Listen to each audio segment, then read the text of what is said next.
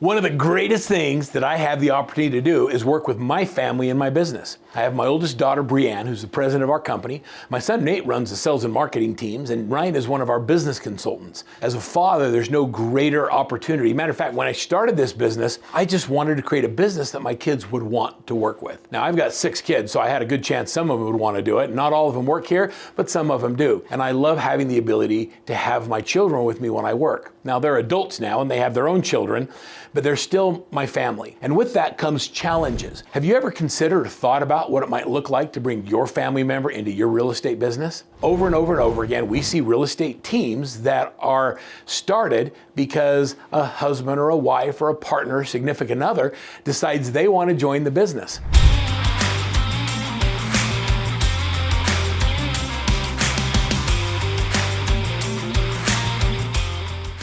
One of my favorite scenarios is when, we have somebody who's just kicking butt in real estate and they start making more than their spouse who has a full-time job. And the spouse goes, well, I don't understand why I work so hard at my job and I can't make the kind of money you make and you don't seem like you're doing that much. So after 5 or 6 years, they come into the business and they're ready to join the team. Well, I can tell you that is awesome when they want to be part of the team, but it comes with its own set of challenges. Let me share with you some of the challenges that come in when you bring in partners or family members into your real estate business. The first is this: you have to clearly define roles and you have to clearly define goals. When you don't have clearly defined roles, what happens is the incoming family member believes that they're an equal 50-50 partner. And while you may be married or maybe spent your life together, or they may come from a higher level of education, the one with the experience bringing the family member into the real estate team is generally the CEO. And I don't know how many businesses you're familiar with that have 2 CEOs effectively, but it doesn't work very well in real estate either. So you got to decide who's in charge. And usually it's the one with the most experience in this business. And that's a CEO. Now, we can have different roles in our families than we have in our business. My wife is definitely the CEO of my family, and I just say yes, ma'am, whenever she asks me to do anything. But in business, when we come to work, I'm the CEO. And what that means is that I have the responsibility to make sure that I make the right decisions for the health of the company. Your job as a CEO is to create stability and security for the people that you lead, for the people that you serve. And if you don't have that as a clearly defined role, it gets muddy. So let's talk about the roles of a CEO in a real estate team. As a CEO, your job number 1 is to list homes. Now, let me just mention to you that I believe your job as a CEO initially is to just list houses. Did I mention that listing houses was important? And the reason I say listing houses over and over again is because if you don't have inventory, the rest of the team struggles. So in most cases, when a CEO brings on a family member or a team member, they generally like to do it all. They list houses, they work with buyers, they work with the administrative staff, and it just creates conflict and confusion. So define the role. Oftentimes when we start coaching, let's say a husband and wife team, the wife has been selling real estate and just killing it. The husband comes in and joins the team and thinks that he's in charge.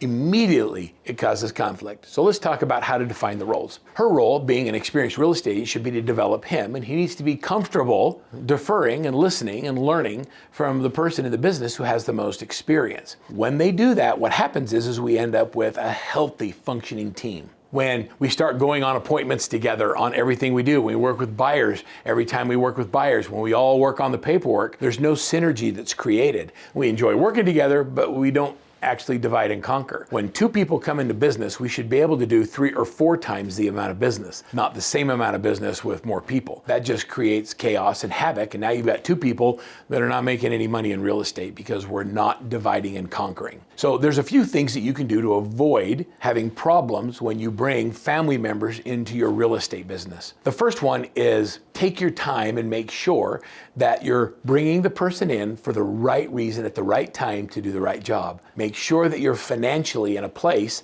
that you can afford a little bit of runway before you start making some money. The next thing I want you to do is actually sit down and talk about what the vision and the structure is going to be of your business. Where are we today? Where do we want to go? What does that look like, and how are we going to do it together? When you bring a family member in, like a spouse, what happens is when one leaves on vacation, the other goes with them.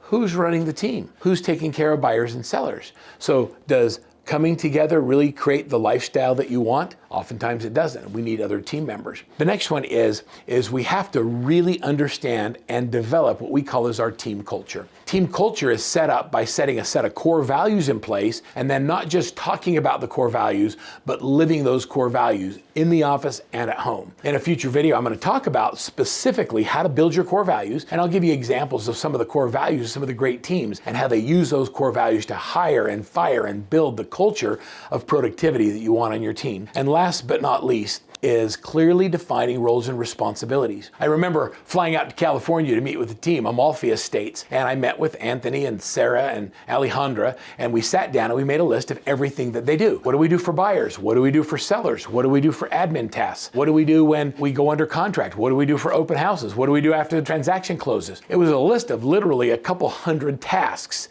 And then we made columns for each person on the team. We asked the team to go through and check the box of who does what on the team. Now, I want you to think about that.